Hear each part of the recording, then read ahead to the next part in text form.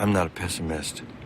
I've always had a great deal of faith in people, that we wouldn't succumb to frenzy or rage or greed, that we figure out a solution without destroying the things that we love.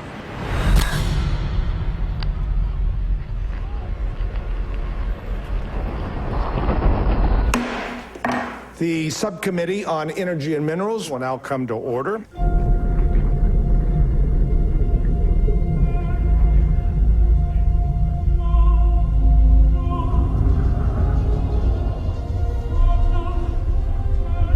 There are numerous deep shale gas basins in the United States which contain trillions of cubic feet of natural gas. In fact, North America's natural gas supply is so plentiful it has been described recently by some experts as a virtual ocean of natural gas. We believe the potential from these 4 major shale basins is enormous, and it is a game changer not only for America's natural gas industry, but also potentially for our nation, our economy, and our environment. I'm here today representing the 30 member states of the Interstate Oil and Gas Compact Commission, who produce 99% of our domestic oil and gas. Studies and surveys by GWPC, EPA, and IOGCC over the last 11 years have found no real credible threat to underground drinking water from hydraulic fracturing. Recently, however, there has been concern raised about the methods to tap these valuable resources. Technologies such as the practice of hydraulic fracturing have been characterized as environmentally risky and inadequately regulated. Press reports and websites alleging that 6 states have documented over 1,000 incidents of groundwater contamination resulting from the practice of hydraulic fracturing.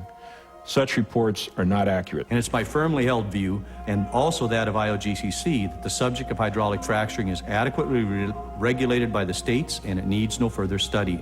Thank you for this opportunity to provide an overview. Thank you. Thank the committee. Thank you. And thank you, always. You don't know what you just thanked him for. Yeah. Hi, my name is Josh Fox. Maybe I'll start at the beginning. This is Dick Cheney. No. Maybe I'll start at a different beginning. This is my house. It's in the middle of the woods, tucked away on a dirt road in a place called Milanville, Pennsylvania. The house was built in 1972 when I was born. My parents and their hippie friends built it, and my family and my brothers and sisters and I grew pretty much the same way I did, little by little. There's a stream that runs down the property, connects to the Delaware River. I've been learning more and more about how water is all connected.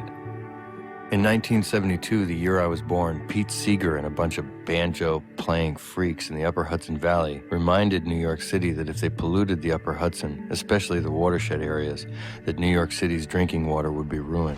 This land was made for you and me. In 1972, Richard Nixon signed the Clean Water Act into law.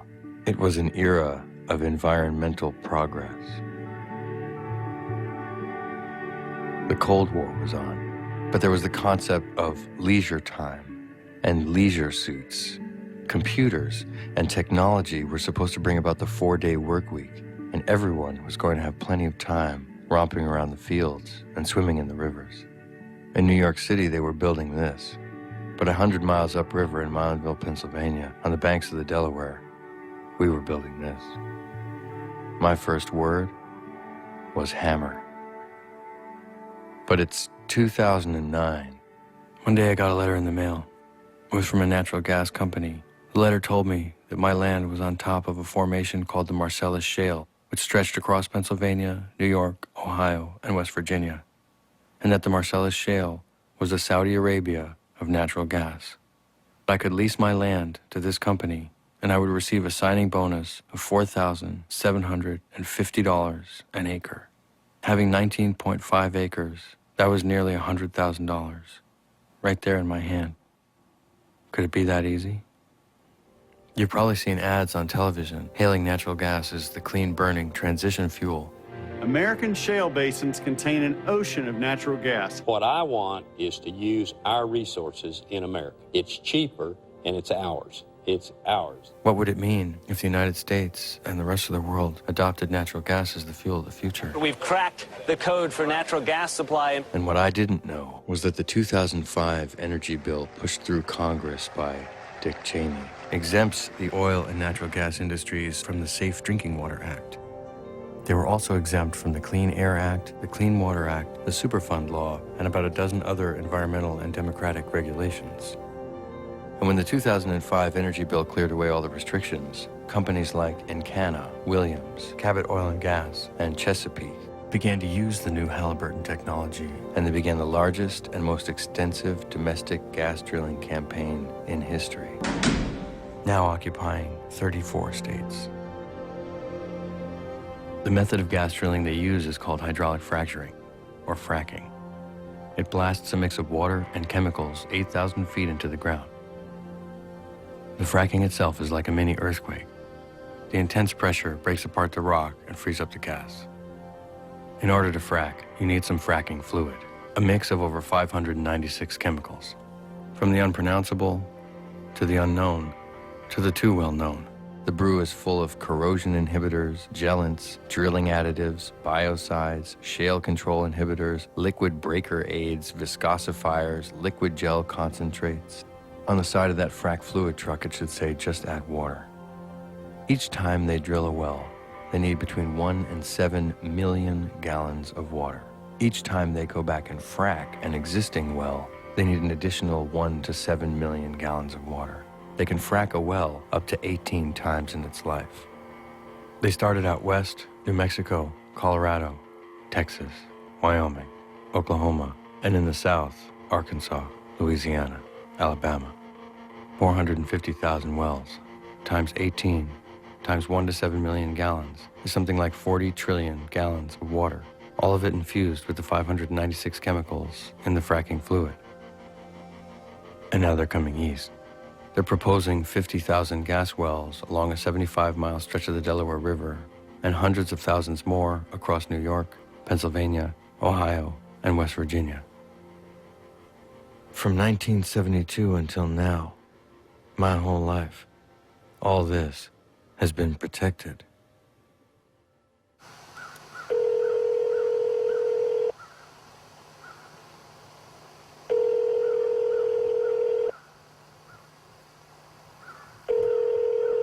You may dial it at any time. Beth, may I take a message? Okay, sure. This is Josh Fox. I'm looking to see if we could interview someone on the subject of natural gas extraction and hydraulic fracturing. The best thing to do would be to send an email with your request. Halliburton Corporate Affairs. Did I just talk to you? Hi, it's Halliburton. How can I help you? Record your message at the tone. I'd love to find somebody to interview at Halliburton. So if you'd please call me back, I'd really appreciate it.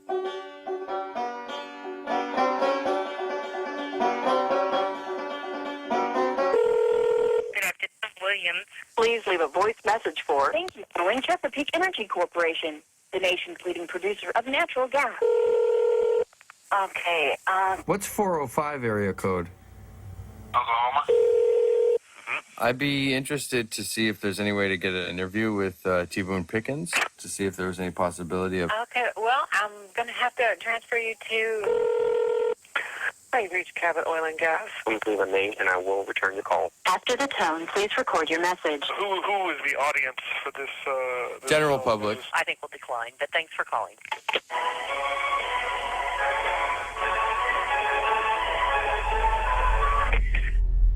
No, I'm not sure how many of you have direct experience with streams. When I was growing up, we could run up and down the stream for miles, for hours and hours on end. I mean, the moment the stream takes a bend, you can walk 10 paces and look back and it looks like a different place. This is a place I know. It's a place that runs through my mind. And it's always there. It feels to me like it's the source of all life. And it is. You need water for life.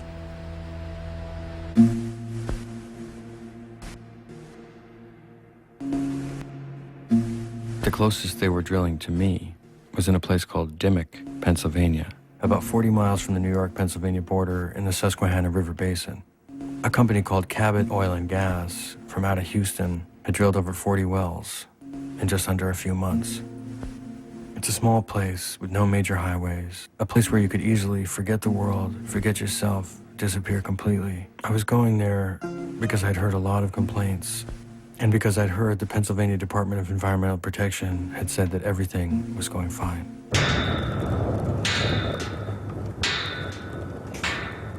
The story of Dimmick starts with a frantic series of distress calls from Pat Farnelli. If Dimmick had a town square, she'd be standing in the middle shouting for help. Everywhere there's a gap in the trees, there's a well. There's like 10. Sometimes it bubbles and hisses when it comes out. So I highly recommend that you do. You want to drink it? I won't drink it. When Cabot and them came in to get the water and they were telling me it was okay to drink, I said, well, here, go ahead and drink it. And they wouldn't drink it. There were days when 4 kids were out of school sick. Everybody was sick, including me. We were all, our stomachs were really, really acting up, couldn't handle eating anything for over a month, right? And then Jean, next door, talked to me at church and said, did you notice anything funny about your water? Our well's gone bad. The Mays, they have bad water, and they've got a newborn in the house. My next trip was just up the road to Ron and Jean Carter's. They had a gas well in their front yard. Shortly after the well was drilled, their water started bubbling and fizzing. It turned out to be natural gas. I told them that I wasn't happy, that our water was good before they started drilling, and when they got done, it was bad. We said, asked if we could prove that it was because of them. And my wife asked the guy if he could prove that it wasn't. He wouldn't talk to her anymore. We lived here 40 years, and the water never had a problem with the water. And they drilled. After they drilled, the water was bad. My next trip was just up the street. Norma Fiorentino's water well exploded on New Year's Day. You're kidding. This is my daughter-in-law calling. She's saying there's a special on at noon. DEP says Cabot Oil and Gas has polluted more than 1,000 water wells drilling for natural gas. That's my front yard. In Susquehanna County. I've lived next to these people for 30 or 40 years, and we're good friends, all of us, and we just have the same problem. DEP, Cabot guys were out here, and I was talking to them about it, and I says, you guys, you guys said this water's safe for my mother to drink. I said, I'll be right back. I'm going to go get you a glass of water. And they all put their head down. DEP and everybody put their head down and said they wouldn't drink it. Mason, where's your helmet? Next up on my tour of Dimmick was Debbie May. No helmet, no bike, understand? Anthony, you should have a helmet on too. Go find one. And in the beginning of November, our water turned color.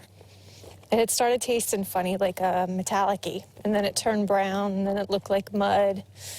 Cabot sent Quantum Labs out to test it, and the guy looked at it and said, don't drink it, don't shower in it, don't do your laundry, don't do dishes, don't do anything in it. And they so this is your water well down under there? Mm-hmm. And they put that pipe thing on it. And they're venting gas off through this? Yeah. The other thing that was bothering Debbie May, well, was something that was happening with her animals. Sorry, they don't come outside. Their hair was falling out. See how she's gone wrong.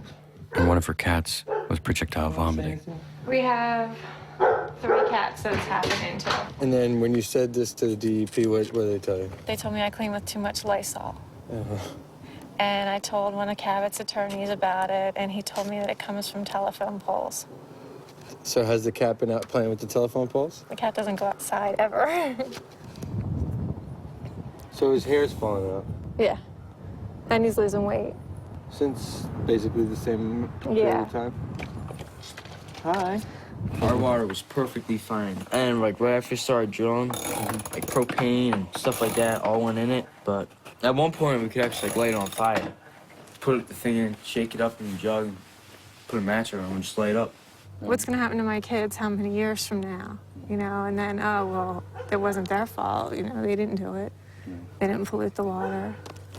From the cases of Pat, Ron, and Jean, Norma, and Debbie, it was clear that something had gone terribly wrong in Dimmick. But there was something else. I kept hearing reports of a family that could supposedly light their water on fire, a family who wasn't speaking to the press. I wondered why, and I wondered if I could talk my way in. They didn't want their faces to be on camera, so I ended up taking pictures of their feet. They did show me their water samples, however. They told me, listen, I know you want to see us light our water on fire, but we can't do it right now. Basically, we've capped our water well. We no longer use it, and we're afraid to turn it on. If we turn it on, it's possible that it could explode or catch our house on fire. So even though it's a pretty spectacular thing, we can't do it for you. I could feel myself getting sucked in deeper and deeper and deeper. And then I got a phone call. Not gonna do anything, nobody cares, because of the holy dollar that's rolling in. Yeah. And it's wrong. It's wrong, I don't care. You're taking a big risk yourself going around doing what you're doing. Money's not worth it, and I'm worried for my life, and I'm gonna be honest with you. So. I went across the road to see if I could interview the people who called me, or maybe just to say hi.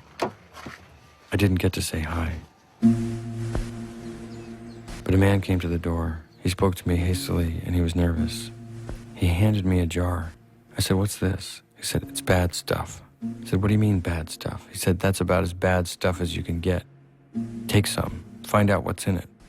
Apparently, they were buying this act of me being a documentary filmmaker. I guess because you have a camera in your hand, you know what you're doing. So somebody thrusts a jar of contaminated something into your hand, and they say, hey, take this, figure it out. I had an inkling of what this stuff was. I'd heard reports of oil and gas wastewater, known as produced water, the water that comes back up out of the ground that's contaminated with the fracking fluids being dumped illegally onto fields and into streams. And I'd heard of workers who had chemical burns on their hands and faces. And here I was, being handed a jar of a mysterious, yellowish, brownish liquid. I needed more information, so I called the number again. I mean, all the things that you said about that, the jar that you gave me, just got me kind of curious. And, you know, without naming any names, I don't know anything about anything, but was that was being dumped out? In some place that it wasn't supposed to be, like a stream or a field or something? Yes. All right, and that's why it's important to find out what's in there? Yeah. All right, and if I were to be able to analyze that, would you think that'd be a good thing? Yes. I was starting to compile a list of things that happened in Dimmock. Water trouble, health problems, hazardous explosive conditions inside the house, destruction of land, lack of confidence in state regulatory commissions, a feeling of having been deceived, a feeling of powerlessness, dead or sick animals, the difficulty of obtaining good information about gas drilling, and the idea that there's a cover-up taking place. In other words, a total loss of normal life. Who knows if they're right? I don't. It's all speculation. But these citizens certainly felt as if they'd been wronged and that there was no one for them to complain to. On my way to drop off the jar at a water testing lab, I said goodbye to my $100,000. Even more worrisome to me was the knowledge that everyone all around me had been getting these leases in the mail, and a lot of them had leased already. One thing was resoundingly clear. If the industry's projections were correct, then this would be the end of the Catskills and the Delaware River Basin as we knew it. And it would mean a massive upheaval and redefinition of all of New York State and Pennsylvania. But there was no drilling in my area yet on either the New York or the Pennsylvania side of the Delaware. New York State had commissioned its Department of Environmental Conservation to do an environmental impact study, and the Delaware River Basin Commission, which controlled my area of Pennsylvania, had not decided whether or not it wanted to allow gas drilling in sensitive watershed areas. It stirred up something else in me, the need to find out what was going on. Was Dimmock an exception or the rule? And how was I going to find out? Was I actually going to become a kind of natural gas drilling detective? Okay, I guess.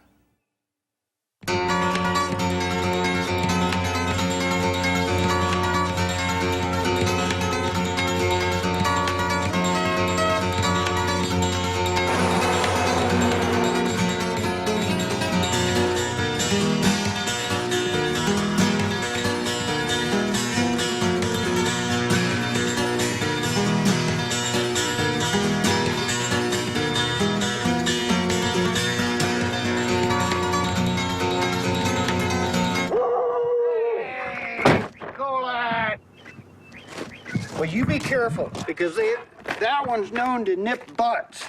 And it pinches pretty good. Keep the camera over my butt now. Yeah. And it's gurgling. Oh, wow. So that's the sample. This is, it's all settled out. Right. But that's what our water looked like. That came just out of the tap? Out of the tap. Right. So in 3 weeks, they contacted Mike by phone and said, we've tested your water. There's nothing wrong with your water. With this? With this. There's nothing wrong with the water that can be affected by the oil and gas production in your area. So what have you been doing? We put in our own tank and he hauls water every week. I've got 2 500-gallon tanks, and I go to town once a week and buy water. It's a coin-operated thing, so I got to put in $15 worth of quarters. The purpose of this letter is to inform you that Noble Energy has contracted LT Environmental to conduct an investigation. Okay. Possible natural gas impact on water well in the vicinity. Again, I was a little disappointed in the state. I mean, obviously, we have a problem here. 2 weeks ago, they had the meeting, and I prepared a statement kind of outlining everything. You know, the director of the oil and gas, or acting director of the oil and gas, said, next question. That was Dave. Neil Neslin. Yeah, he kicked us out of his office two days ago. So is there like a theme to your documentary? Do you have a message you're trying to get across with it? I apologize very much for your inconvenience. I wish you good luck with your documentary. Okay. I'd be happy to talk to you off the record with some background information if that's helpful, but I just can't do it. All right, well, we'll call you. Okay? All right. Again, my apologies. Good luck. Have a good day. All right, thanks. Yep.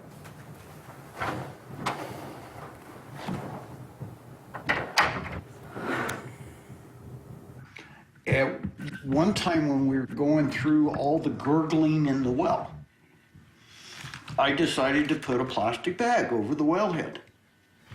And with minutes, it filled up that bag. So I closed off the bag and I stuck a fuse in it. And I thought, this might be real stupid. So I came in and I told Marcia, I said, why don't you dial 9-1? And if this doesn't go right, hit the other one. Hit the other one.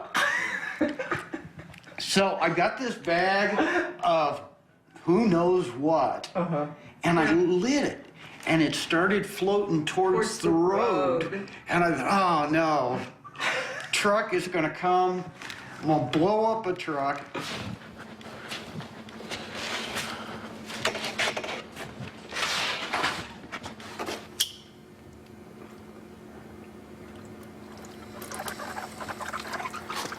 Oh yeah, I saw it go up for a second. Yeah. We'll just give it a second here.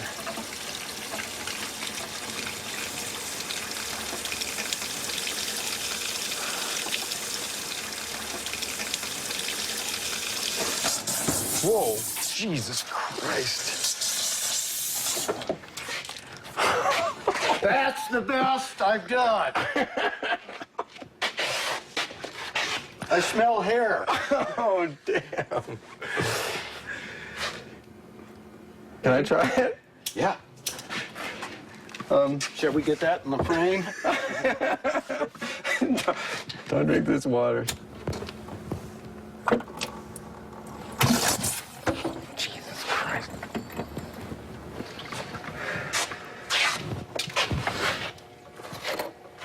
That one was kind of spooky. That even surprised me. And I've been liking that water quite a bit. It's really upsetting, actually. Yeah. You know, it's not supposed to do that. I don't know if I'm... Oh! That doesn't look very delicious.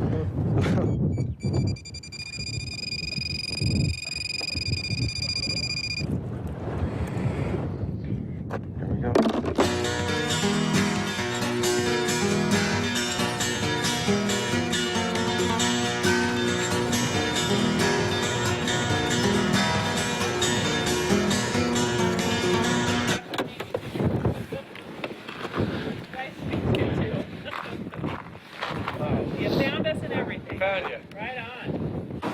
Those are all wells.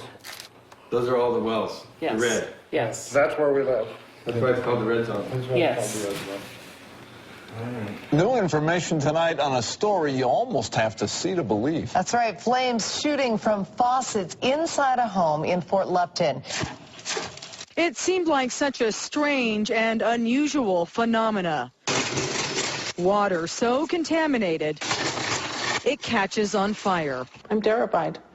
There are no other words for it. I am absolutely terrified. Amy Ellsworth was so scared she had her well water tested and found out the groundwater is contaminated with natural gas.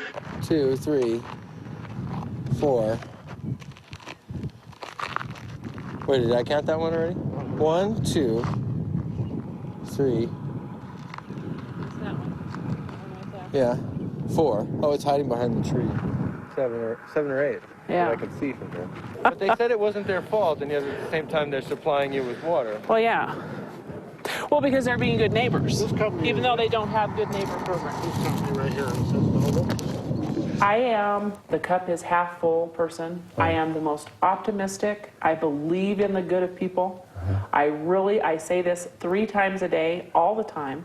I do believe in the good of people, and I do believe that things will work out the way that they're supposed to work out. I will stand up for what I believe in, and I will fight till the end, and there's no way you can even try to describe that to people. You can't make them understand how a part of who you are is being destroyed by the actions of others for selfish purposes. No one should ever have to go through what I went through and call them crying, begging for help, and be told no. And that's where the system is broken. Shock is one word for it. Terror is probably more effective. That's because Amy is living in a home that could explode. And now we've learned she isn't the only one. It just like popped and caught on fire, and Renee McClure discovered her water is also flammable after she saw our story last night. I want to know that we're safe. Renee worries her family has been drinking the contaminated water for years. This is your bus? Yeah, my school bus. It just seems like in the last year and a half, I'm never healthy. And I've always been healthy, so that's why I don't know what it is. I get headaches all of the time. And, you know, I mean, at least 2 or 3 headaches per week. Actually, the whole family gets headaches, but mine get so bad where I just have to go lay down. Since you moved here? Uh-huh. Yeah. I'd like to ask the Congress people why we're supposed to be living in Colorado. It's supposed to be such a green state. But yet we can't even get clean water out here. 1 or 2 glasses might not affect a person, but what about long term? It says here you have trichlorobenzene in the water. And what is that? It's one of the volatile organic compounds that comes up with the production of the gas. What blows my mind is that the Oil and Gas Conservation Commission, I thought they were there to work for the people. They're not there to work for the people. They are there to work and help the oil and gas companies. And I asked him, who's there for the people? And he told me, nobody, call an attorney. That's what they told me.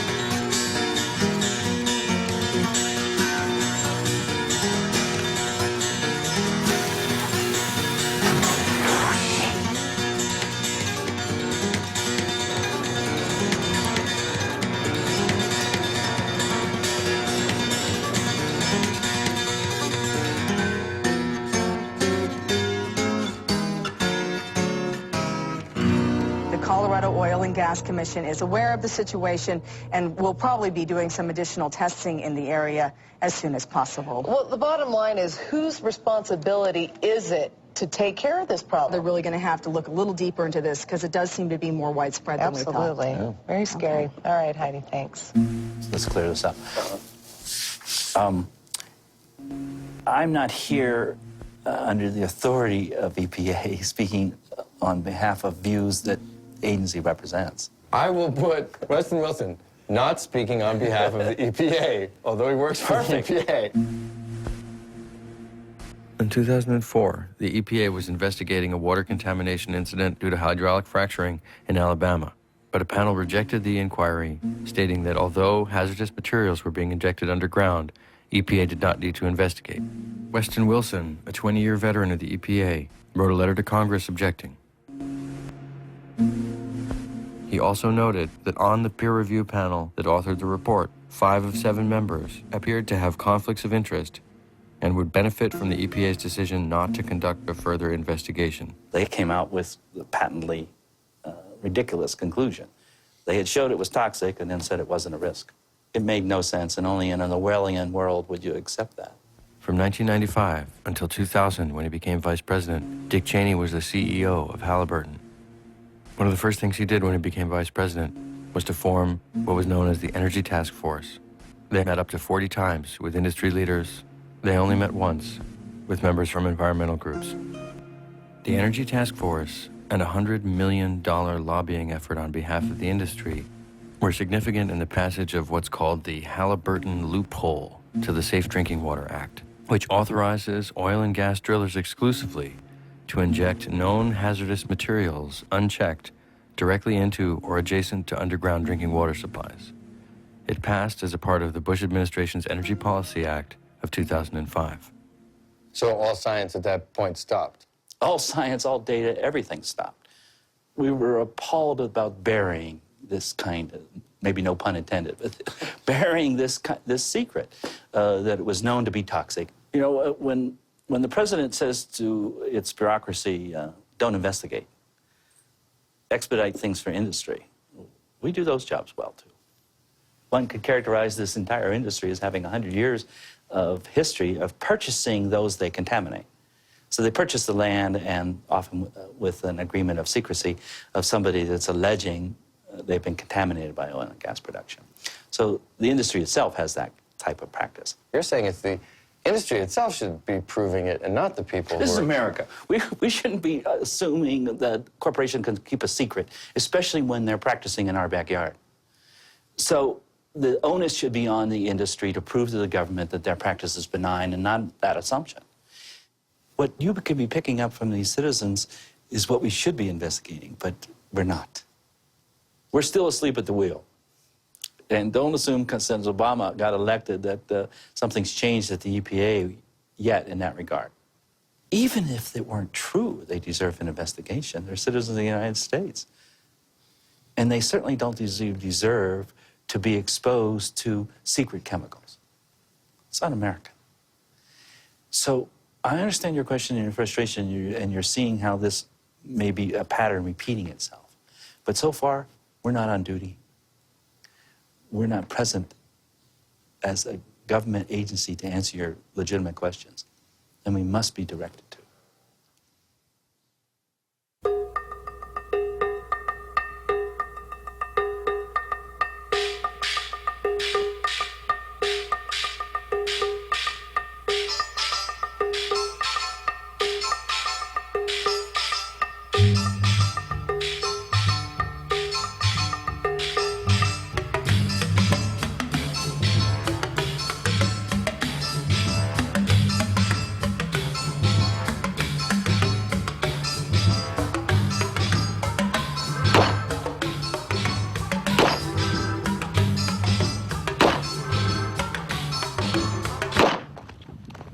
Glycol ethers. It says extreme danger. Yeah. Yeah. Extreme health hazard. Yeah. It's almost like having a loaded gun in your hand there, stand there, isn't it? And then you can zoom in. I'm gonna take this nice and slow.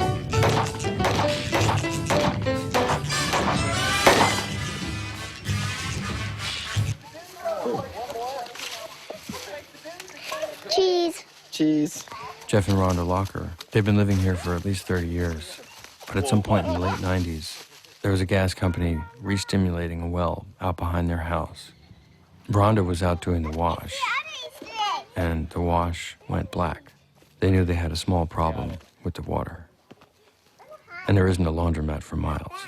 All of a sudden, the washing machine plugged up, and the water that came out and flooded the back where the washing machine is was pure black, complete black. And of course, at that time, I went out and stopped the pumper when he came through the yard and asked him what he'd done to our water. And he says, well, we didn't do anything to it. In pursuing it further, I finally got water samples, and that's when we found out the water was totally unfit for consumption. That fast? Yeah, it was just immediate. Just about right for a cool day. Now, can we get you out there? Come on. The Lockers threatened the gas company with a lawsuit. They settled for $21,000 to put in a reverse osmosis filtration system. This is the well that was on the property when we bought it. We're still using it, but it's the one that went bad. Jeff and Rhonda Locker had to sign a non-disclosure agreement. The day that I signed it, I even said to him, I just want you to know I may sign this, but if anyone asks me, I will not lie. Now, they're so frustrated that they're breaking their silence. This is our system. It pumps out of there, it pumps through the softener, it pumps through there, and it fills this 500-gallon tank. It's just a centrifugal pump. It goes through a real fine, I call it a filter, it's more like a membrane. We were actually drinking it for a while. But 4.5 years ago, Rhonda got really sick with extreme neuropathy and is in a lot of pain. She just faded fast and had the bone pain, and she's been through spinal taps and everything to try to find a cause. Jeff and Rhonda Locker found out that a reverse osmosis unit won't filter out glycol ethers. Glycol ethers eat the membranes inside of the filters. We don't drink it anymore. We haul our water and we... Tell me about hauling the water. Where are you getting it from? How does it work? Walmart. Buy it. Yeah. Like Jeff and Rhonda Locker, after a nearby frack job, Lewis Meek's water went bad. Started smelling like gas. See, 2004, they drilled this well right over here. I don't know if you can see it from here. It's 5. Numerous water tests turned up various forms of hydrocarbons and glycol ethers. In Canada, the company doing the fracking claimed no responsibility. With his back against the wall, Lewis had no alternative but to try to drill a new water well on his property. From 180, 160, you could smell gas. And he went in there and we got to 240. And when we put that joint on and started to try to blow it out, well, it came at us.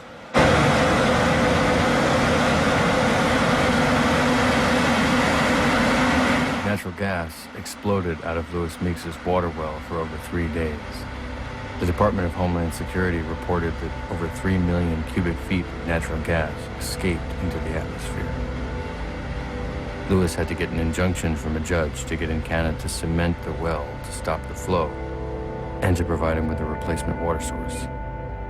The big green building next to Lewis's house contains 2 cisterns that Encana fills up twice a week. I can show you the water. So these are 2 big water tanks that they're filling up for you. Why are they bringing it? Tell me. If nothing's wrong, why are they bringing it? So you actually hired a hydrogeologist to figure out what was going on around here? Yeah. And what did he say? He said that they got everything intermingled. When they do anything like frack it, they're going to intermingle everything. You can already see you're going to see little pearls of stuff come out of it, like oil. I just already saw one over here. And the water that comes out of Lewis Meeks' original well is only good for some bizarre science experiments and brain-altering recreational activities. Oh, man. Tell me you drink that. No way. Tell me there ain't nothing wrong with this water. It smelled like turpentine. That chemical smell that goes straight to your head and gets you dizzy almost immediately. Here's the thing, I think it's criminal. What would happen if I took some chemicals like I got and took them to, like, the big bossy in Canada and dumped them in his well? Yeah. They'd have me in the pen so fast my head would spin. For sure. But look, if they can come out here and do whatever they want to. And they don't even have to report it and tell us what they're putting in there. The whole concept of democracy and looking out for the little guy does not apply here. Exactly. It and I'll does tell you, I ain't not lying. I never seen such lying, you know what I mean. I mean, their word ain't no good. And, and we was all raised that way. If your word ain't no good, you ain't no good. And you talk to these are grown men lying to you. Right. For what? For money. And that's it. When we had ours tested with them to have tested and they found glycol in it, it cost us $4,400. Yeah, for what? Something is burning on the surface, so it's like a plastic. Glycol ethers are odorless, colorless, and are a liquid chemical component of plastic. Something definitely in it. When Lewis took a blowtorch to his water, I think we found a cheaper way of testing for glycol ethers. Either that, or a secret Wyoming recipe for homemade plastic. Here, wait. Okay.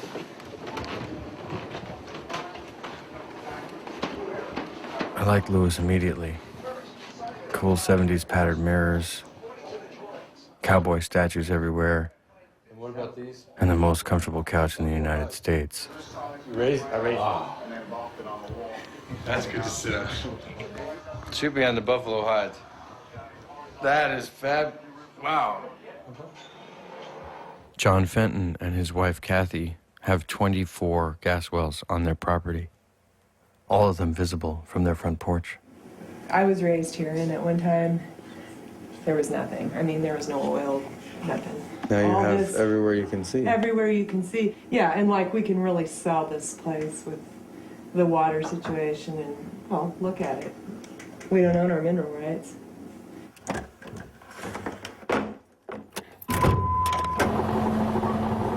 Now see this black cow right here at that little calf?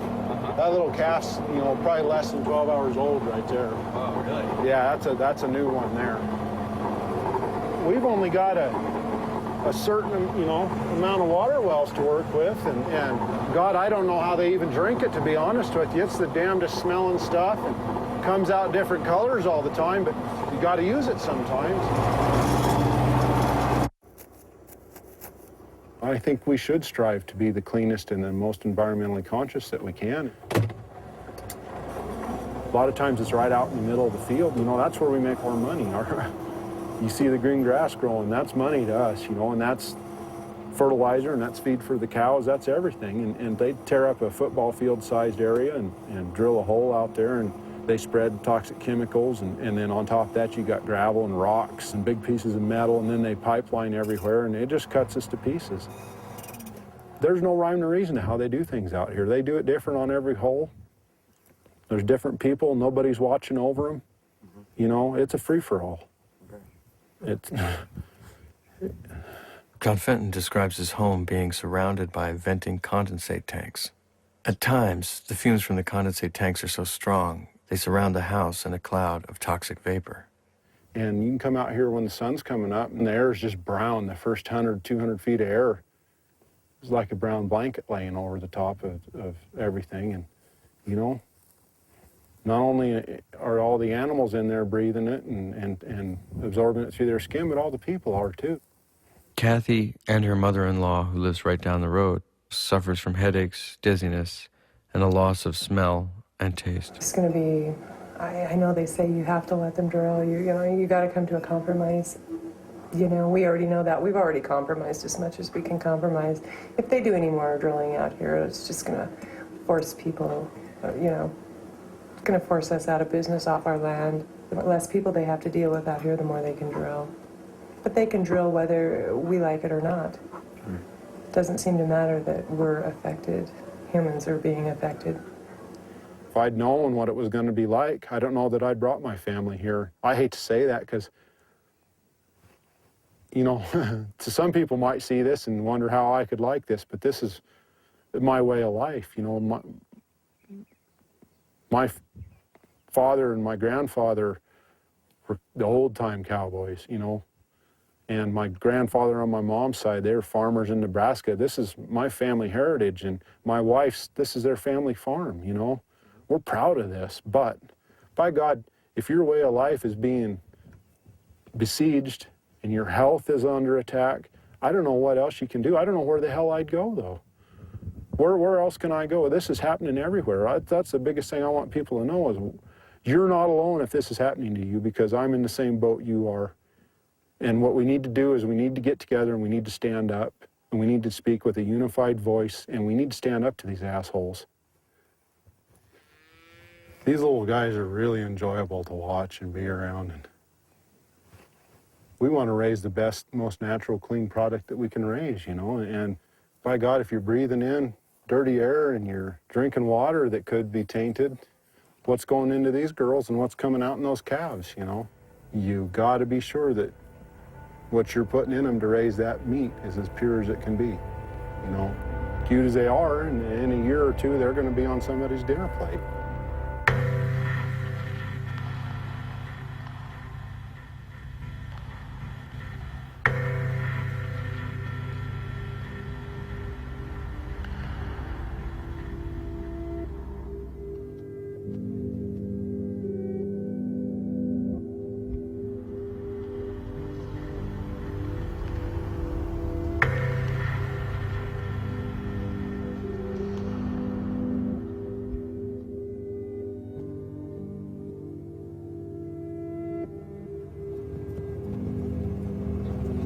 Actually, this next well we're coming up on here was probably one of the worst ones for Kathy and I. It was a neat little secluded spot. You could go have a picnic, you know, if we wanted to come back and just talk, and where nobody knew where we were at. It was right here, and it was all these cool looking kind of rock formations out here, and it was just gone. Everybody kind of has one of those, and ours is under a dozer, you know, it just disappeared. It took them one day, and it was gone. You couldn't recognize it anymore. It's amazing that what took Mother Nature millions of years to build can be destroyed in a few hours with a piece of heavy machinery.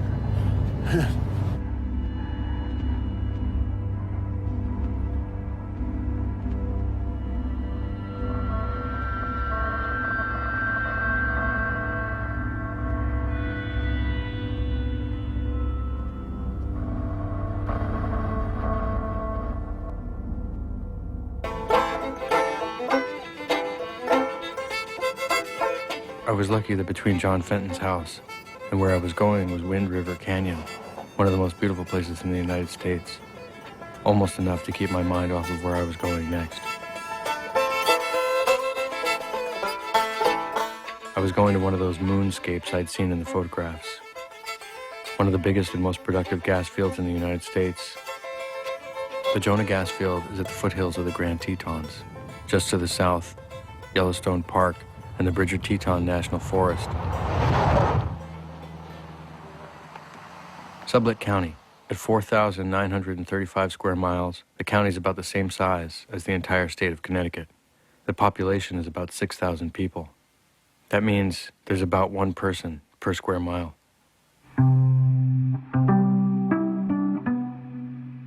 Much of Sublette County is BLM land, Bureau of Land Management land, our public trust, your land and mine.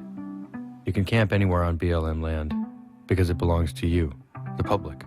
The BLM's stated mission is to sustain the health, diversity, and productivity of the public lands for the use and enjoyment of present and future generations. The Energy Task Force, headed by Vice President Dick Cheney, asked the BLM in 2001 to find ways to open new federal lands to oil and gas leasing, and in what some call the greatest transfer of public lands to private hands in history, Dick Cheney persuaded the BLM to lease millions of acres to gas companies for exploration and drilling. The derrick tower that you see is the drill rig. The drill rig moves in for 3 to 4 weeks, drilling a hole that's anywhere between 11 and 8,000 feet down to the shale formation. Each well completion, that is, the initial drilling phase plus the first frac job, requires 1,150 truck trips. The breakdown goes like this: drilling rig mobilization and drill pad and road construction, 10 to 45 truckloads. Drilling rig, 30 truckloads. Drilling fluid and materials, 25 to 50 truckloads. Drilling equipment, casing, drill pipe, etc., 25 to 50 truckloads. Completion rig, mobilization, and demobilization, about 15 truckloads. Completion fluid and materials, 10 to 20 truckloads. Completion equipment, 5 truckloads. Hydraulic fracture equipment, pump trucks, and tanks equals 150 to 200 truckloads. And here's the big one: hydraulic fracture water. For each well, 400 to 600 tanker trucks. 400 to 600 tanker trucks. Hydraulic fracture sand, 20 to 25 trucks. Flow back water removal, 200 to 300 truckloads. Which means that all the water that goes down, only about half of it comes back up. What you see here is the flowback pit of what you call flowback water, frack water, or what the industry likes to call produced water. Before the water can be hauled away and disposed of somewhere, it has to be emptied into a pit, an earthen pit or a clay pit, sometimes a lined pit, but a pit where a lot of it can seep right back down into the ground. Colored flags. I have no idea what those are there for. Maybe it's the grand opening of a new pit.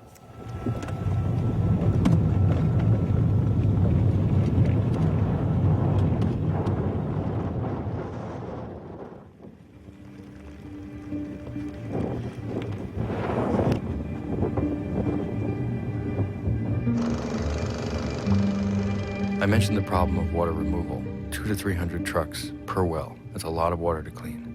To get around this problem, the industry employs evaporation sprayers. In the flowback pits, the water is sprayed into the air in the sunlight so that it evaporates faster. Now, of course, you're probably saying to yourself, that's insane. That water contains all the fracking chemicals, which are toxic, and all the volatile organics, which are also toxic. They create ozone, hazardous air pollutants, and they fall down in the form of chemical or acid rain on the grasslands. Each well site is equipped with a mini refinery and storage unit. What you see here is what's called a separator. When the gas comes up out of the ground, it comes up wet. The separator heats it up to 212 and boils off the water. The BTEX chemicals, the volatile organics, benzene, toluene, xylene, and a host of others, are all evaporated right there on the site. The gas is then pumped into a pipeline to go through further stages of refining.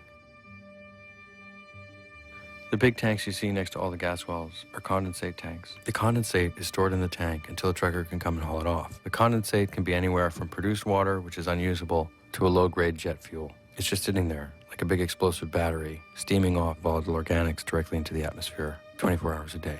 Numerous air pollution advisories in Sublette County were posted by the Wyoming Department of Environmental Quality, stating that ozone in the air had reached unsafe levels. Ozone's good in the upper atmosphere. It keeps out the radiation of the sun. But down on the ground, it burns holes in your lungs. Sublette County, the size of Connecticut, 6,000 people, had air worse than Los Angeles on a typical day. Right there's a pronghorn antelope. Pronghorn antelope is not a part of gas development. But the Pinedale Anticline and the Jonah gas fields are directly in the path of the 1,000-year-old migration corridor of pronghorn antelope, mule deer, and sage-grouse. And yeah, each of these species is endangered and has suffered a significant decline of their populations since 2005. After a while, a gas rig just seemed like a car, made in 1890. A car without a windshield, without safety bolts to hold the seats in, without an airbag, without seat belts, without crash test ratings. Something fundamentally unsafe. If you think about a car made today, there are probably thousands and thousands of safety features. Looking at these rigs, I couldn't help but imagine of the hundreds of safety features that might be implemented, including harnessing volatile organics, storing toxic wastes off-site or not on the ground, non-toxic fracking fluids, hundreds of ways that we might improve upon, or just say the hell with it. Can't we build a solar panel instead? I zipped around. I got lost on the snaking, winding roads that lead in and out of the gas fields that aren't marked. Each access road leading to one, to another site, to another site, to another site. Nobody was monitoring it. I could drive right up wherever I wanted. It was BLM land. It was mine. It belonged to every United States citizen. No one told me to leave. No one told me I shouldn't be there.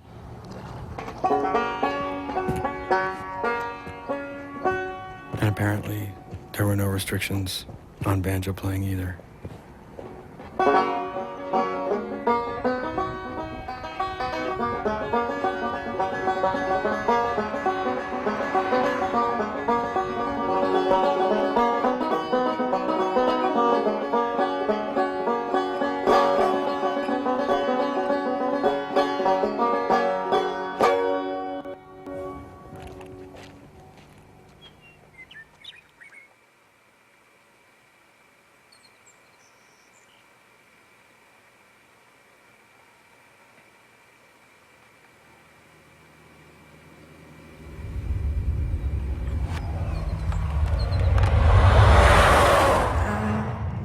Show the world how to smile. I could be glad all of the while. I could turn the gray skies to blue if I had you.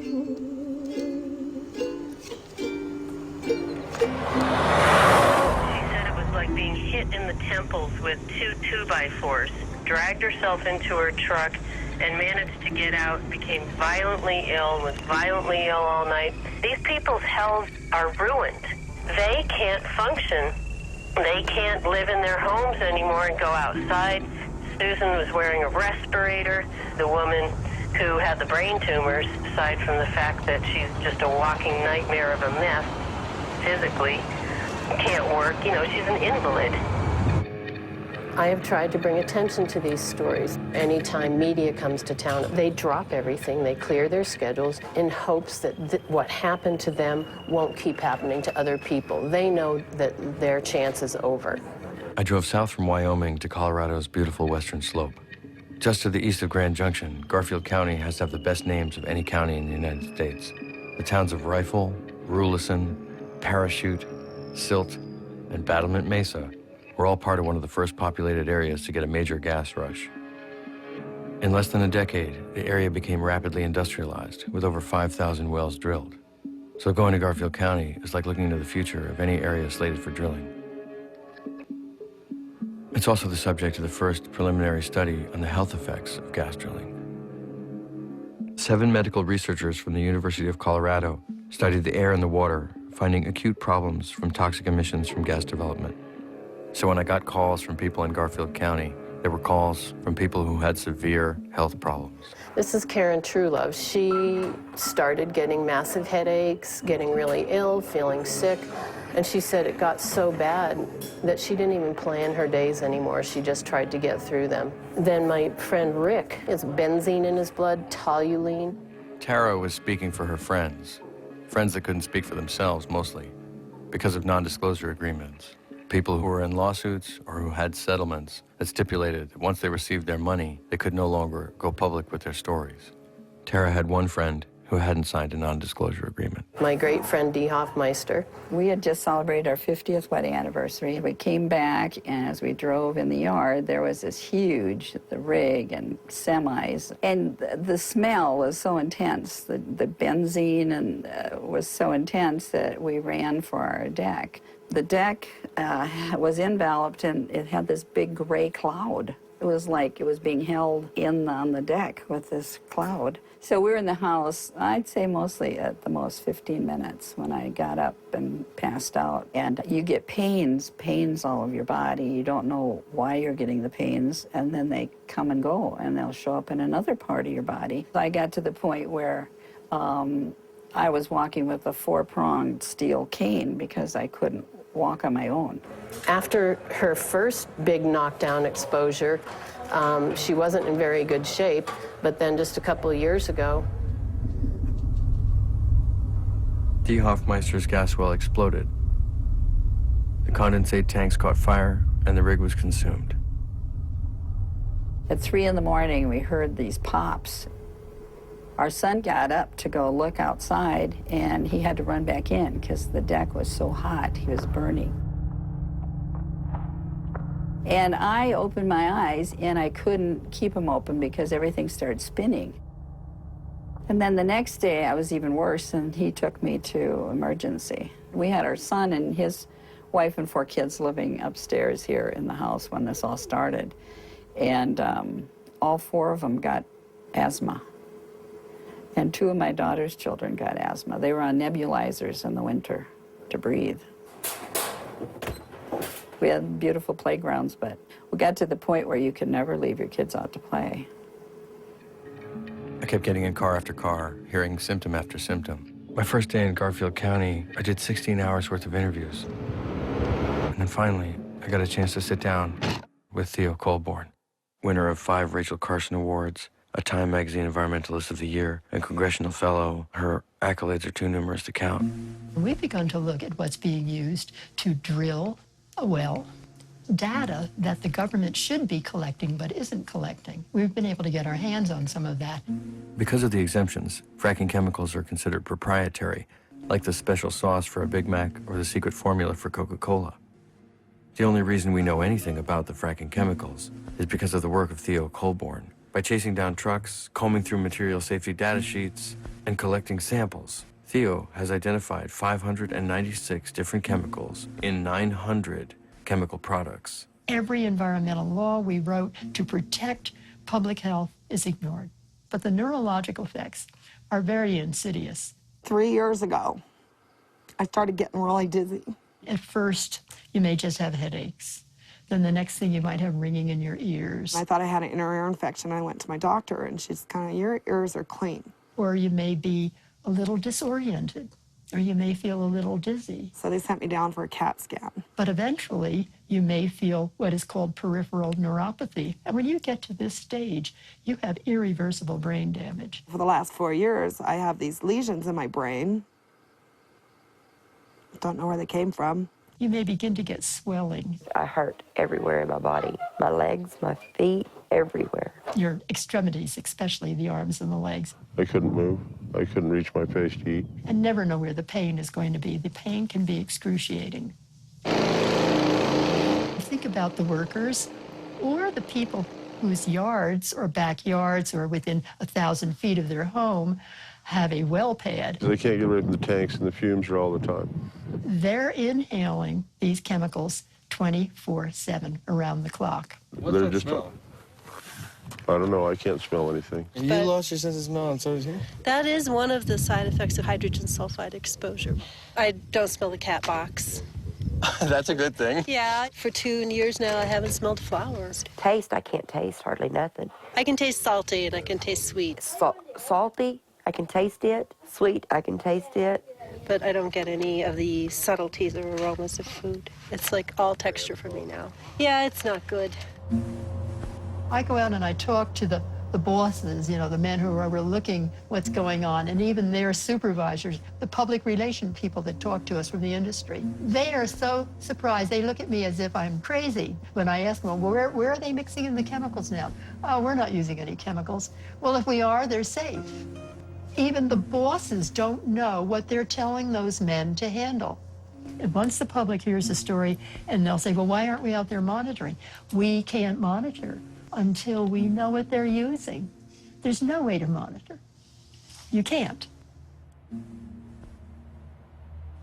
Leaving my interview with Theo, driving around, it was clear that there'd been no planning at all. All the gas drilling infrastructure was spread out like a teenager's bedroom. A pipe yard over here, a waste pit hidden behind a mountain over there. Thank God my last interview had a sense of humor. So the other night I had this dream that I was in this high school, or this middle school maybe. I was in this restroom, and there was feces everywhere. I was appalled. Somebody, by God, is responsible for this. It's the principal. So I was trying to gather up this crap, and I was handling it. I was trying to put it in bags. And I thought, okay, well, I'm gonna present it to the principal. I'm gonna put it in a bag. I'm gonna put it in a really pretty bag. And then I'm gonna put ribbons on it because I really wanna get his attention. I wanna drop this bag of crap on his desk, and I wanna shock him. So he thinks it's a present, but when he opens it, it's crap. And it'll get his attention and I'll take responsibility. I mean, God, how symbolic is this dream? So you know what? Finally it dawns on me. Crap is crap, no matter what kind of package you put it in. That was my lesson. That was my message. It ain't pretty anymore. There ain't no way you can make it pretty, Josh. Stop trying to make it pretty. Just do it. Just show it for what it is. 115 million cubic feet of gas was estimated and acknowledged to have blown out into West Divide Creek. It's on up beyond that, and it's on down also. It goes all the way down, probably a quarter of a mile, half a mile. Because it's really bubbling out here, just like Steve said. It's like a Pepsi bottle. You ready? Mm-hmm. Oh, yeah, it burns. Yeah, I'd say. Keep your face out. That's Divide Creek. That is where the seep occurred in 2008 in the summer. There was dead crawdads, there was dead rabbits, dead birds, which I still have the bodies. You have the bodies? I have the bodies in the freezer. House? Yeah, in the freezer? because even DOW hasn't been able in almost a year to figure out who to send them to. And this is all in Canada? Yeah. You feel like you don't want to sit down or get in the water? Yeah, because you don't know. You don't know. My dad, he was down here all the time in the summertime and drinking out of the creek, because the creek was good creek water. Sure. The year of the seep, it was discovered in April. He'd been drinking out of the creek for a month. He was dead 2 years later of pancreatic cancer. are no weeds in the funnel. We've taken the weeds out. We're just going to do the gas same way. Cover the seep. Now, the whole seep's not covered. It's still bubbling all around it. All right, you ready? Now, that's still burning yellow. Now, this is 12 inches high, and the flame's going up probably another 12 inches, so you got 2 feet there. Were they fined for Divide Creek seep? Yeah, biggest fine in Colorado history. $371,000. I don't think it bankrupted the company. The corporate business model is to come into an area, develop it as fast as you can, and if you trash anything, you make the people who you impact prove it. You make them argue it in a court of law, and the last person standing gets bought off and you move on.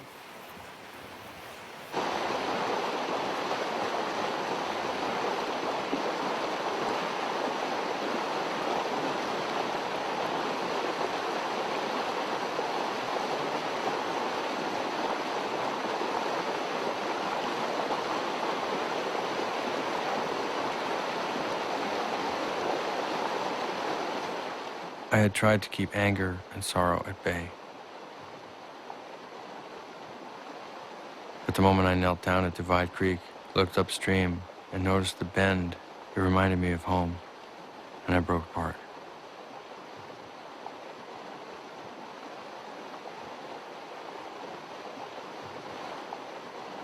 She said she has the dead birds and the frogs that were in the creek in her freezer. I want to see them. Let's go get the rest of the story.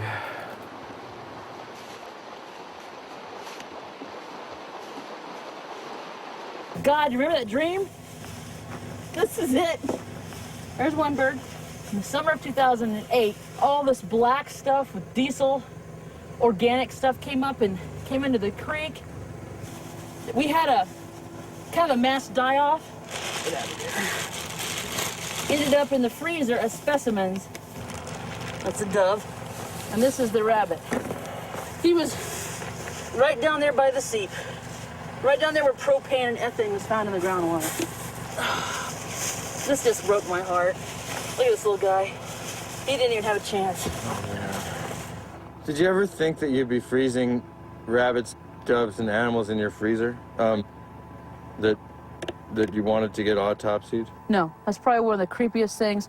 This is so foreign and creepy and alien to me.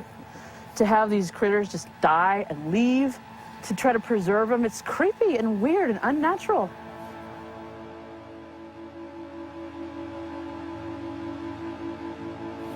And then put them in that bag. All right, in this Walmart bag. Yeah, in that Walmart. You can't get this at Walmart. Just That you know of. If you really wanted that you know of. All right, thanks. I'll see you later. Take care. All right. Think positive. You too.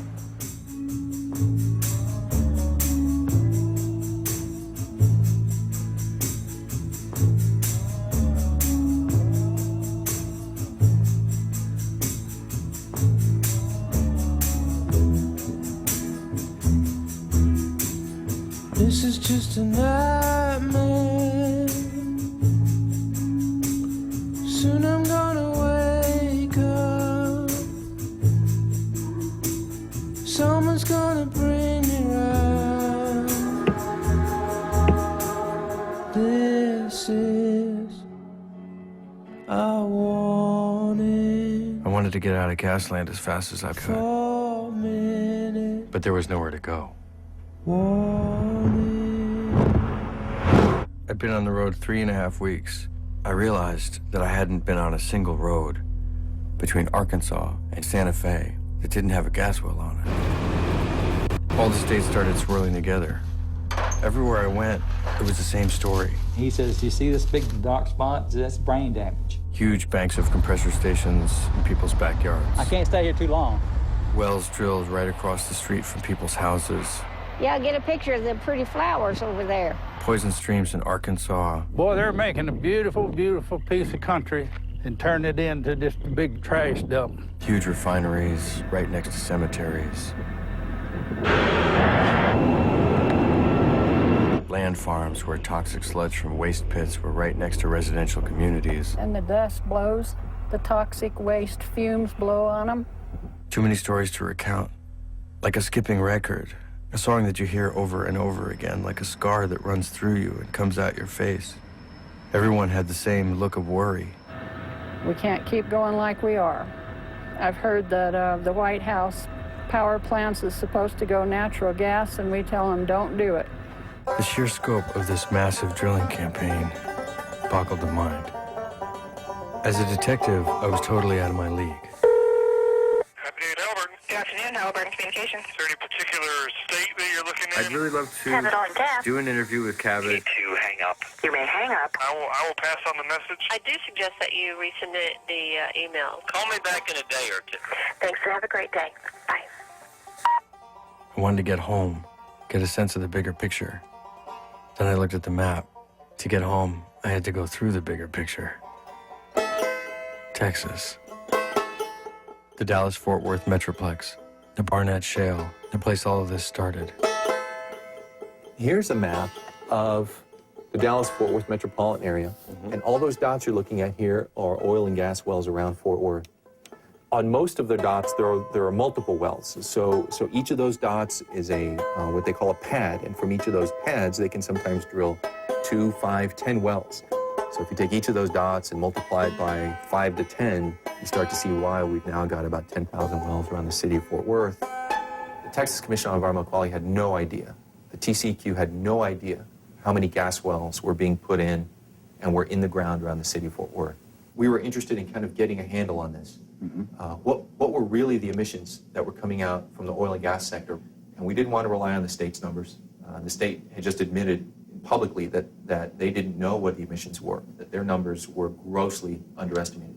So we did our own. We now know that emissions from this sector are greater than the accumulated emissions of all passenger vehicles, all the cars and trucks in Dallas and Fort Worth. So let me get this straight.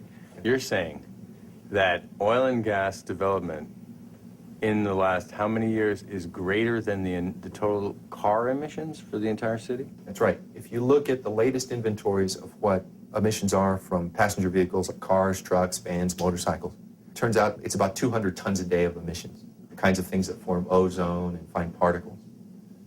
Now if you take a look at the latest emission inventory that I worked on with Environmental Defense Fund from the oil and gas sector around the city of Fort Worth, it's about 200 tons a day. The rigs were burning diesel, some of them 800 gallons a day. But that wasn't all. There was something coming off the condensate tanks. I'd seen these condensate tanks everywhere, all across the United States, but I never got a chance to look at them through an infrared camera that picked up hydrocarbons. All right, there it is. Okay. Tank, vents, school. Right. Condensate venting. Oh, wow. Yeah, you see that? This is just what's coming off the top. Yeah.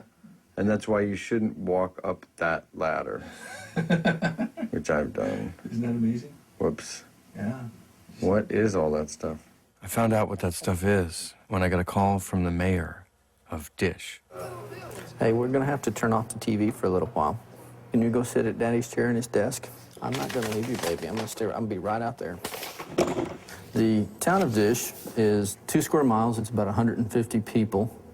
And in 2005, the town changed its name to Dish in exchange for Free Dish Network. So everybody in the city gets Free Dish Network for a period of 10 years. We have 10 huge, massive lines coming through here, or meeting here. Those 10 lines carry 1 billion cubic feet of gas a day. So we have 10 billion cubic feet of gas going through the town of Dish every day. At most places where pipelines converge, there are compressor stations, huge turbine engines that compress the gas into the pipeline. Pipelines are designed to have this release where they're shooting natural gas into the air. Of course, they tell you that this all shoots up goes straight to the moon and there's none of it lingering around. There's a cloud lingering over one of our subdivisions. When things like this happen, most of the people in the community think that they've just taken their last breath. Calvin Tillman was so frustrated with the TCEQs in action that he commissioned his own air study. The results read sort of like the back of a pamphlet that you don't want to pick up at the American Cancer Society. study found, and I quote, amazing and very high levels of known and suspected human carcinogens and neurotoxins. These chemicals include benzene, dimethyl disulfide, methyl ethyl disulfide, ethyl methyl ethyl disulfide, trimethylbenzene, diethylbenzene, methyl methyl ethyl benzene, tetramethylbenzene, naphthalene 1,2,4, trimethylbenzene, MNP xylenes, carbonyl sulfide, carbon disulfide, methylpyridine, and diamethylpyridine. Benzene in the air was at 55 times the public health standard. Carbon disulfide was at 107 times the health standard. The report states that acute impacts to health will occur with these concentrations of chemicals in the air. The cancer and neurotoxins will also have an impact over the long term. And one of the sites, it's kind of humorous, but it's not humorous, is that there's a sign that says no open flames, no smoking, and then there's a barbecue grill sitting underneath it. You know, so some guy is going to be cooking his hamburger one day and blow up the town. One of the problems with the Clean Air Act is that it tends to focus on the largest single sources. But the oil and gas sector isn't just one large facility. So you have these massive companies like Devon, ConocoPhillips, who, because out in their gas fields or on their oil fields have thousands of little sources, each of those little sources is exempted from the Clean Air Act. Now, the accumulated emissions from those thousands of sources are huge. It can apply to many different places because there are lots of different communities that are sitting right on top of shale formations. If the drilling happens in those formations the way it happened in Fort Worth, a very unregulated, Wild West, then it'll be a real tragedy because we learned our lesson here, that you've got to stay on top of this. You've got to look at the issues as it's happening and don't wait until you've had development for 10 years the way we did. Then it's just a big mess.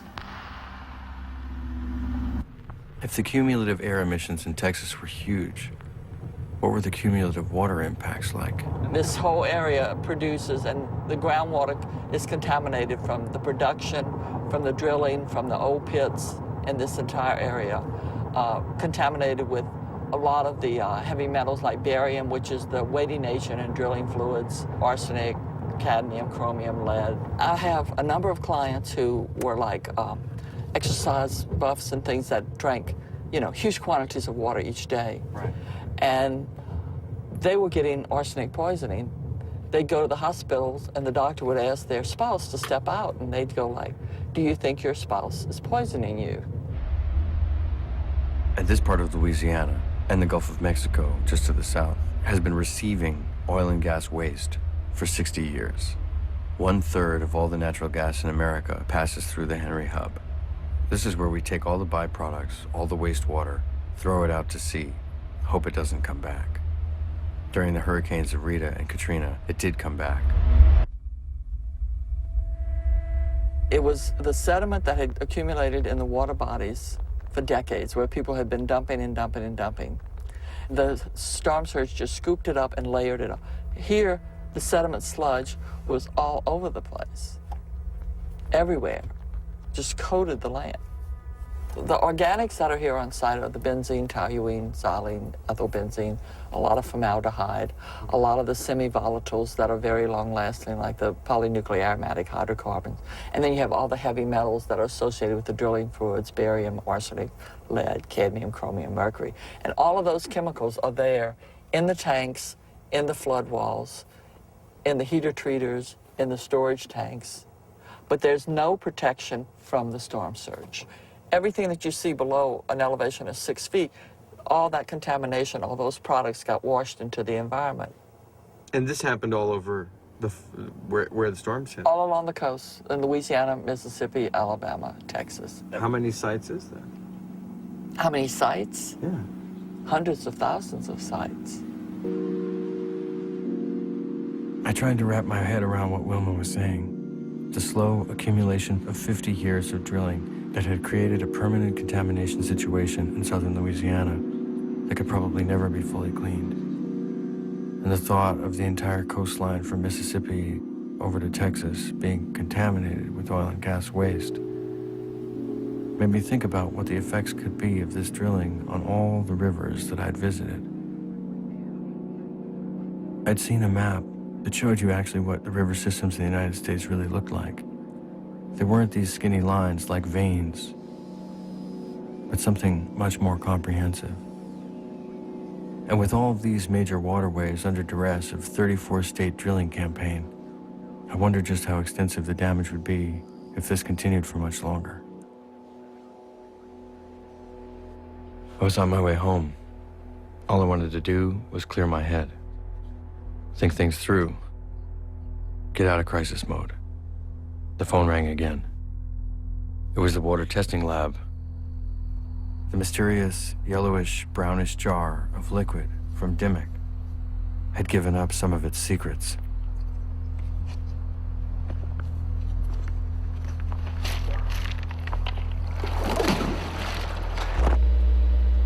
Barium and strontium are drilling muds. They're lubricants for the drill bit. Iron and chloride and conductivity were extremely high. With pure distilled water, you have a conductivity of 0. This was off the charts. But the scariest and most difficult part of the test to get my head around were two things I'd never heard of: total Kjeldahl nitrogen and MBAS, or methylene blue active substance. MBAS are reactive agents that turn blue when it comes into contact with detergents or surfactants. Now, detergents don't sound so bad. You wash your laundry with them, but you don't want to drink a detergent. And you certainly don't want to drink a surfactant. Everything that enters one of your cells enters through a surface. Do it again, Bobs. A surfactant will allow oil or other substances to pass through surfaces by dissolving them. So if a surfactant gets into a stream near fish, it'll dissolve the fish's gills.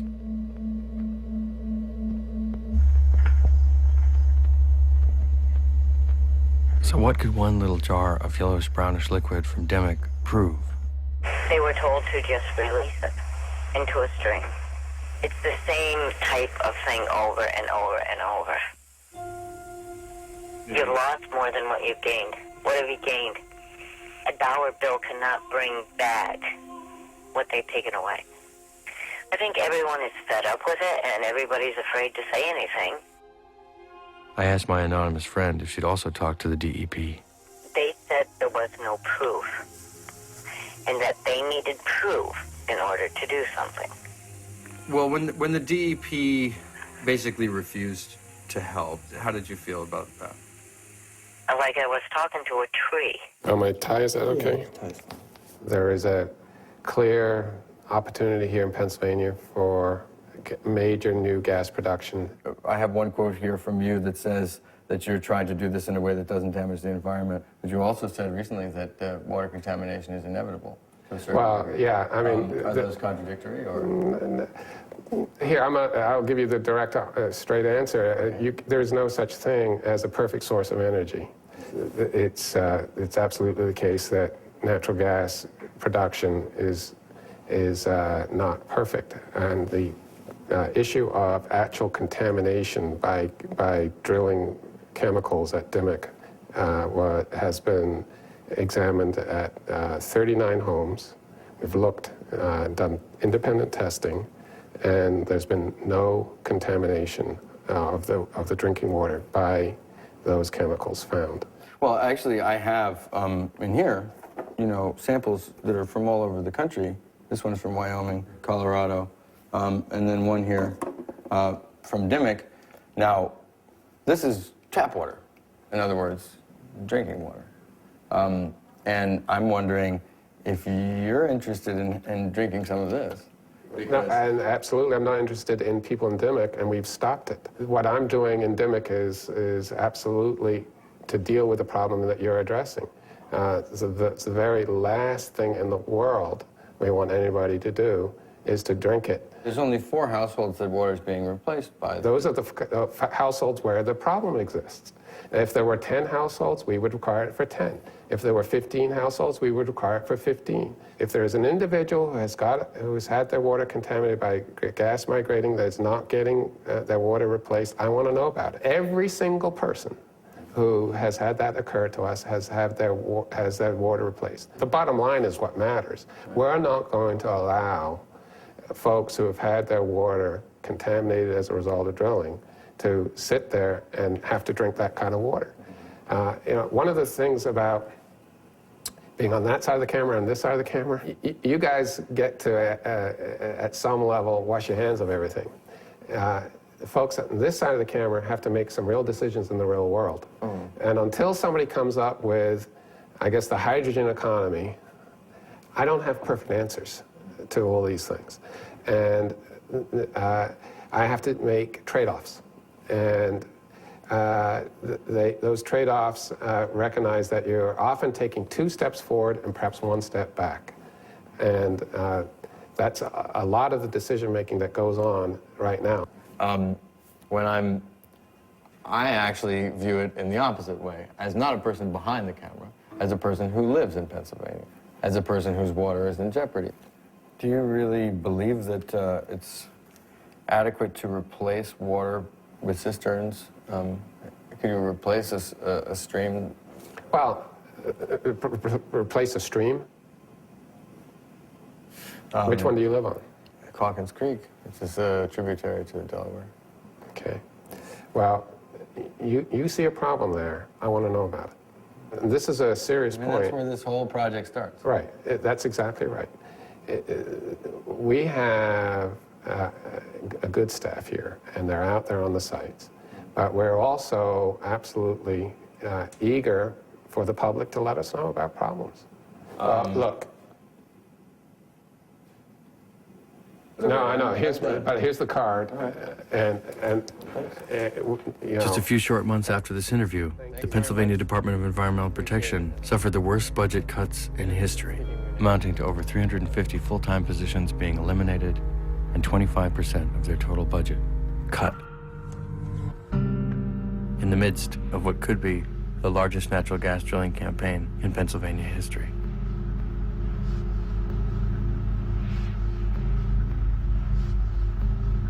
How much water could you replace?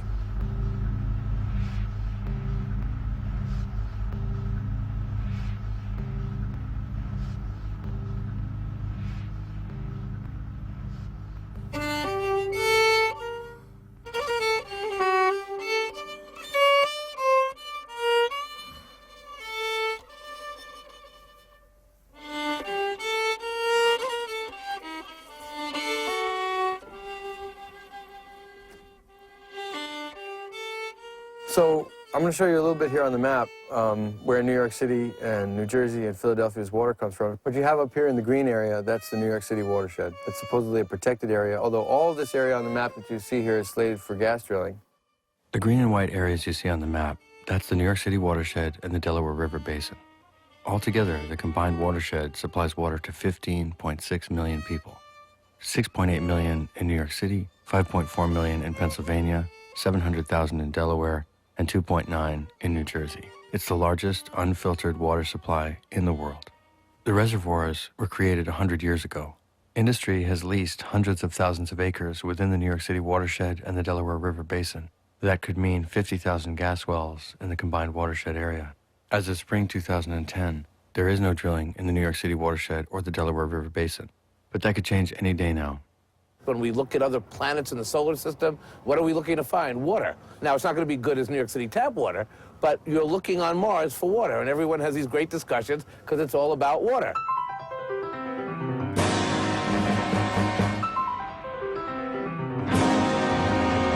I've been, with this committee for the last 18 years. I was the environmental policy advisor for the city council for many, many years. I'm a trained geologist, and I didn't come all this way and grow all this much older and get this much fatter, just to see everything go away. The whole notion that like adults could sit around a table and try to figure out how we can do this kind of activity inside an unfiltered water supply and make it all work is How many times do you go into a restaurant and they say, do you want bottled water or tap water? I don't think I've had dinner with somebody in the last 20 years who said, oh, I like the bottled water. People go to a restaurant because they get to have the tap water. It's beyond ludicrous. People look forward to it. It's part of their dining experience. I'm trying to, keep myself composed, but speaking as a geologist, as an environmental scientist, as a policymaker, this is insanity. And that makes this the #1 environmental crisis that we face in the city. Although thousands showed up at public comment sessions, the state's Department of Environmental Conservation was unresponsive. There were hours and hours of hearings at City Hall. New York City must rely on the New York State DEC, but there's a real question of whether the agency is up to the job. DEC has not proposed a single new regulation. I look at as our watershed system as our holy grail. But no one from the state's Department of Environmental Conservation came to the city's hearings. I want to direct staff to put a call into DEC Region 2 and to say that all these people are still in the room, and we want someone from DEC in the room. There were even press conferences with no press. It would be nice to have reporters today. We don't have them. Maybe this story is not sexy enough. Maybe it's not important enough. Maybe the drinking water supply for 9 million people, it doesn't quite get people's attention. Where's the press? They're right in there? They're in the press room, probably. In the press room. You know, to do a press conference with no press.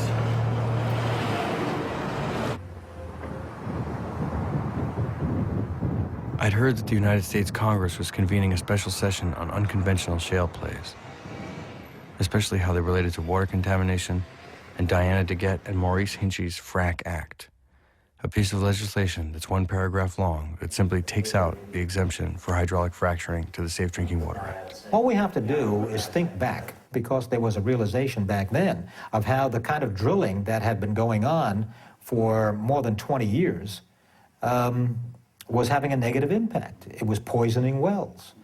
It was making people's lives very, very difficult and dangerous. As the situation with energy changed, the drilling for natural gas was pressing to be able to do it in the least expensive way so that they could have the highest profits, rather than being honest and open about the kinds of things that they were doing. You know, you have to have more information, more details, more understanding. You have to have the people who are doing it being honest about what they're doing. Somehow, from my back porch across the nation, I was going to wind up in the halls of Congress and finally have a chance for industry and lobbyists to express themselves in this film. The Subcommittee on Energy and Minerals will now come to order. In recent months, the states have become aware of press reports and websites alleging that 6 states have documented over 1,000 incidents of groundwater contamination resulting from the practice of hydraulic fracturing. Such reports are not accurate. Studies and surveys by GWPC, EPA, and IOGCC over the last 11 years have found no real credible threat to underground drinking water from hydraulic fracturing. Now, why is hydrofracking raising such concerns? The materials used for hydrofracking don't biodegrade. Once they're in the environment to stay. If just 2% of these hundreds of thousands of wells go south in some way or another, that's thousands upon thousands of incidents, and I invite questions about that. What Mr. Appleton is doing is searching for a problem that does not exist, because looking at all these other examples in all these states, there has not been a problem with hydraulic fracturing. And I'm proud that I'm supported by the oil and gas industry because they employ a lot of people in my state, and I'm going to stick up for them. And I'm tired of people trying to shut down an industry when they're not educated on the facts. And if you weren't able to do this hydraulic fracturing, how much more would we be dependent on foreign oil and terrorism? I'm not aware of any documented cases where hydraulic fracturing has fouled. Your time's expired. So, Congresswoman DeGette. Thank you very much, Mr. Chairman. Out west, we've had a lot of experiences with different kinds of mining techniques that have caused human health risks and severe environmental damage. Now, Mr. John, you say that hydraulic fracturing absolutely does not pose a threat to drinking water. So if that's true, why would you object to the disclosure of the chemicals used in the fracking process under the Safe Drinking Water Act? As I mentioned earlier, the information packets that we provide to the... Why would you object? If it's perfectly safe, why would you object to disclosure of the chemicals that are used? What I was saying was that we have disclosed today and prior to the hearing... Which chemicals are used? Yes, ma'am. In each process? They're listed in a frac fact sheet that's been provided by So in that Chesapeake. case, you would have no objection to my bill? We've supplied that information So as would part you of have our- an objection to my bill then, since you've already supplied that information? I'm not personally familiar with your bill, ma'am. That makes chemicals used in hydraulic fracturing subject to the reporting requirements of the Safe Drinking Water Act.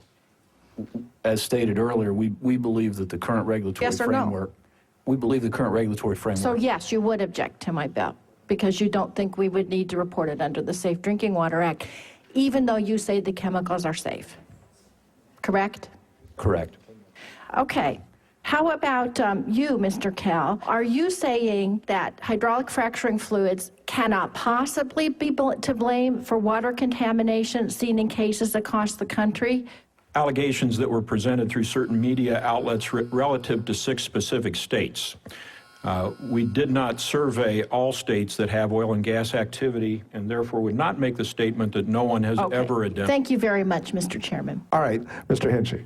Mr. John, I just want to follow up on some of the things that were just being talked about. And I know that your company is engaged in a lot of hydraulic fracturing. What chemicals are used in the process? If you would indulge me to pull it from the sheet and to be sure that I read it correctly, I wouldn't want to offer something from memory that was incorrect.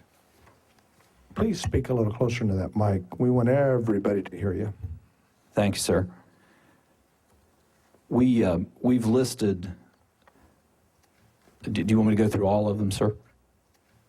I'll start with hydrochloric or muriatic acid as a chemical that would help dissolve some of the muds in the wellbore.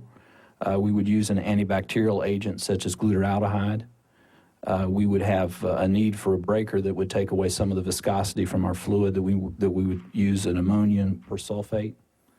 We would need a corrosion inhibitor to allow the casing strings and the pipes that we use to be preserved. What's the corrosion inhibitor? Testing my site here, it's dimethyl formaldehyde. The cross-linker that we would use would be a borate salt. Then use also a friction reducer, petroleum distillate, an iron control agent in some applications, is citric acid, potassium chloride. We would also use an oxygen scavenger. I wanted to ask Mr. Appleton if you're aware of any of the independent empirical research that has been conducted that in any way suggests that fracking does not pose a risk to water supply. Anytime you put chemicals like are used in fracking into the environment, it's a risk to water supply if they're not properly regulated. Well, this subcommittee is now adjourned. So here's where we're going to end. The FRAC Act is making its way through Congress, and industry is lobbying hard against it. Neither New York State nor Pennsylvania have moved to protect the watersheds. I don't know what's going to happen around here. I don't know if all this is going to be destroyed. I don't know what's going to happen around the rest of the United States. Whether all the friends that I made on this trip are going to get some relief. I guess in large part that's up to you. One thing I've found deep inside is the love for this whole country. There are pieces of my backyard